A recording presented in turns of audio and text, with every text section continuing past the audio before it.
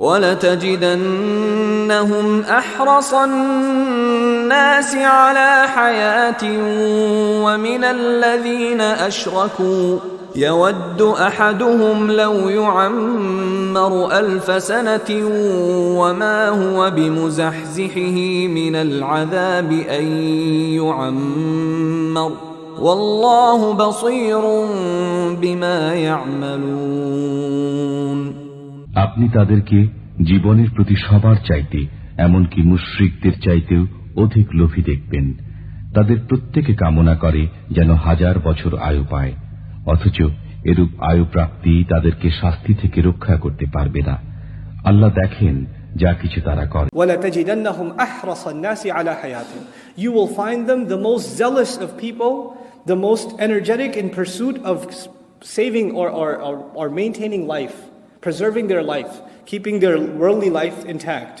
Among all people, you'll find them the most, zealous in protecting and preserving life. Ala hayatin. In other words, they wouldn't like to lose this life. It's a continuation of the previous subject. They don't want to go to that world, that life. So obviously, all that's left is this one. So you'll find them, they're the most greedy about this life. أحرص الناس على حياة ومن الذين أشركوا. And even more so than the people who do shirk, meaning the Quraysh. Meaning the people of Makkah, other tribes. You know why? Because the Quraysh and these guys, they were warrior people. They would love to go out in the battlefield and be known as the guy who took like 20 arrows into his chest and then died. Like that was like a manly thing. I died like a man kind of thing, This noble warrior death, not fearing death. This was part of like the honor of the mushrik Arab. Because he'll be legend, stories and poetry will be made about him. So they didn't care about death so much. But these tribes, they wouldn't go into battlefield. And we talked about before, when they would go into battle, what would they say? Next time, our messenger, the final messenger is coming, then we'll see what happens. كَانُوا يَسْتَفْتِحُونَ عَلَى الَّذِينَ كَفَرُوا. Right? So he says, مِنَ الَّذِينَ أَشْرَكُوا وَمِنَ الَّذِينَ أَشْرَكُوا يَوَدُّ أَحَدُهُمْ لَوْ يُعَمَّرُ أَلْفَ سَنَةٍ. Every one of them wishes that they could live for 1,000 years. وَمَا هُوَ بِمُزَحْزِحِهِ مِنَ الْعَذَابِ أَنْ يُعَمَّرَ. And he will not, even then, Allah makes a comment, he will not be escaping at all from the punishment. Even if you live that long. You could live 1,000 years, go ahead, but you're still going back. لَوْ يُعَمَّرَ. So at the end he says, وَاللَّهُ بَصِيرٌ بِمَا يَعْمَلُونَ. And Allah is in full view of what they're doing. See the they, the third person, a displeasure now. Allah is in full view of what they continue to do. I don't want us to lose track. I mentioned this earlier on in this series, but I want to bring it back again. I want to share with you a personal story. Speaking of Vegas again, it reminded me, but it has to do with this. I met a family, I don't want to pick on anybody, but I want to share this with you because I think it's of benefit. Muslims, subhanAllah, in some parts of this country, they have so much money, that it's not lack of money that's the problem, it's too much money is the problem. And subhanAllah, some parts of the country are like that. So I'm at this family's house. Their house is probably, at least half the size of this masjid. I mean, it's like a serious house. Right? And so I went there and I visited them, and I did a reminder for their children, things like that. And very palatial place.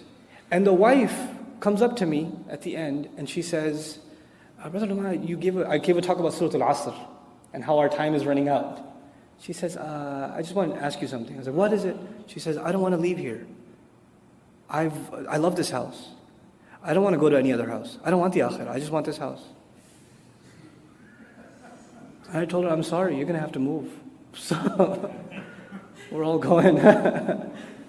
What I'm trying to say is, this is not just somebody else's problem. When you become immersed in dunya, we are not immune from developing that kind of attachment. If you find within your Muslim family, when you bring up the subject of death or inheritance or what will happen after you're gone, or who will pray your janazah, and people around you get uncomfortable and say, don't talk about that stuff. Why are you talking about these negative things all the time? This is not the attitude of a Muslim. Muslims embrace the concept of death. We don't run from it. But when in our families, when the subject matter of death becomes taboo, you know what's happened? We've become أحرص الناس على حياة. We've become the most zealous over life, even compared to other people.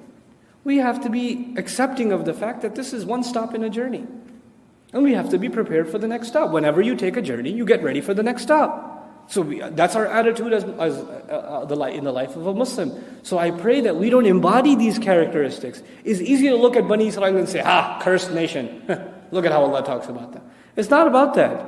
It's the legacy that Allah is talking about that we shouldn't embody. And I pray that Allah Azza wa Jal protects our hearts from becoming hard and from becoming people that are zealous over this life and forget their concerns for the next. Barakallahu li wa lakum fil Qur'an al-Hakim wa nafa'ani wa iyyakum bil ayati wa dhikr al-Hakim. Assalamu alaikum wa rahmatullah.